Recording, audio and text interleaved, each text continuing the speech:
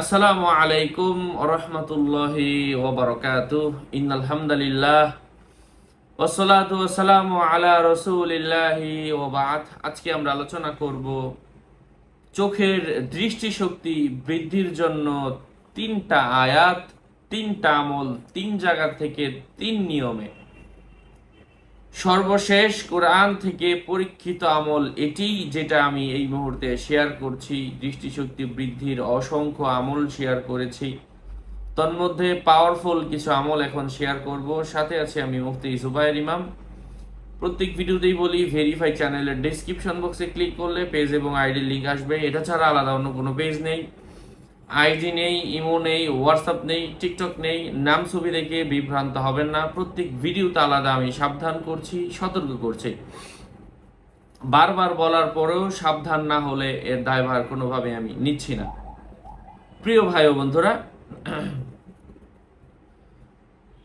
দৃষ্টিশক্তি বৃদ্ধি হওয়ার জন্য প্রত্যেক ফরজ নামাজের পরে তিনবার দুরুদ শরীফ পাঠ করবেন। যে কোনো দুরুদ শরীফ পাঠ করার পরে ইয়া নূরু 100 বার পাঠ করে 100 বার পরে একবার ফু দিয়ে চোখের মধ্যে মুছে দিন, প্রত্যেক ফরজ নামাজের পরে প্রত্যেক দিন। ইনশাআল্লাহ এটা চোখের জন্য অনেক উপকারী, দৃষ্টিশক্তি বৃদ্ধি হওয়ার ক্ষেত্রে আল্লাহর এই গুণবাচক নামের মাধ্যমে। যাদের দৃষ্টিশক্তি, 2 নম্বর আমল হচ্ছে, দৃষ্টিশক্তি যাদের কমে গেছে, ফরজ নামাজের পরে 5 বার যে আয়াতটা বলবো, এই আয়াতটা 5 বার পরে 5 বার ফু দিন, আঙ্গুলে ফু দিয়ে 5 বারই চোখের মধ্যে মুছে দিন। ইনশাআল্লাহ আল্লাহ চোখের দৃষ্টিশক্তি বৃদ্ধি করে দিবেন। আয়াতটি হচ্ছে, আপনার যে একটা সহজ মনে হয় ওটাই করেন, একসাথে একাধিক আমলও করতে পারেন। আয়াতটি হচ্ছে, আল্লাহু নূরুস সামাওয়াতি ওয়াল আরদি মাসালু নূরিহি কামিশকাতিন ফিহা মিসবাহ আল মিসবাহু ফি জুজাজাহ আজ-জুজাজাতু কাআন্নাহা কাওকাবুন দুররিয়্যুন ইউকাদু মিন শাজারাতিন মুবারাকাতিন যাইতুনাতিন লা শারকিয়্যাতিন ওয়ালা গরবিয়্যাহ ইয়াকাদু যাইতুহা ইউযিউ ওয়ালাউ লাম তামসাসহু নার নূরুন আলা নূর ইয়াহদিল্লাহু লিনূরিহি মান ইয়াশা ওয়া ইয়াদরিবুল্লাহুল আমসালা লিন-নাস ওয়াল্লাহু বিকুল্লি শাইইন আলিম।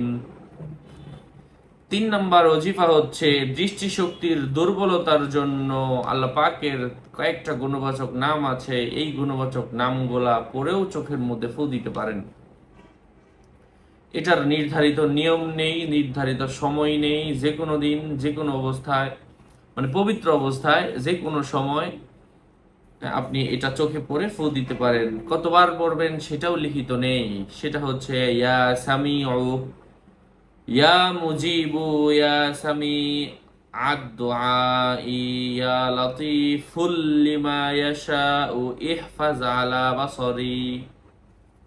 শেষের দোয়াটা আবার বলছি, ইয়া সামিউ, ইয়া মুজিবু, ইয়া সামি আদ-দুআই, ইয়া লাতীফুল লিমা ইয়াশাউ ইহফাজ আলা বাসরি। আল্লাহ পাক ধৈর্য ধরে ইখলাসের সাথে আমল করার তৌফিক ফরমান। আরো আপডেট পেতে সাথেই থাকবেন। সকলের মঙ্গল, দীর্ঘায়ু, সুস্বাস্থ্য কামনা করে এখানে শেষ করছি। দেখা হবে অন্য কোনো এপিসোডে। আগামী এপিসোড আসার আগ পর্যন্ত সুস্থ থাকবেন, ভালো থাকবেন। আসসালামু আলাইকুম ওয়া রাহমাতুল্লাহি ওয়া বারাকাতুহু। আর যাদের এ জাতীয় আমল, ওজিফা, তাওঈজ প্রয়োজন, আমার সাথে কথা বলে কিতাব সংগ্রহ করতে পারেন। তো আমলের কিতাব, দোয়ার কিতাবে লেখা আছে যে অমুক সূরাটা লেখে অমুক ভাবে রাখেন। তো সম্পূর্ণ সূরা লেখাটা তো কঠিন। তো এই কঠিন সময়ের মধ্যে তখন ওই কোরআনের তাওঈজের কিতাবটা লাগে, যে ওই সূরার সম্পূর্ণ খুব শর্ট নকশাটা লিখে আপনি ব্যবহার করলেন। ওইটার জন্য তাওঈজের তাও প্রয়োজন, কোরআনী তাওঈজ। তারপর কিছু তাবির প্রয়োজন, রুকাইয়ার প্রয়োজন, যাদের প্রয়োজন কিতাবগুলো আমার থেকে সংগ্রহ করতে পারেন 09081836999। আসসালামু আলাইকুম ওয়া রাহমাতুল্লাহি ওয়া বারাকাতুহু।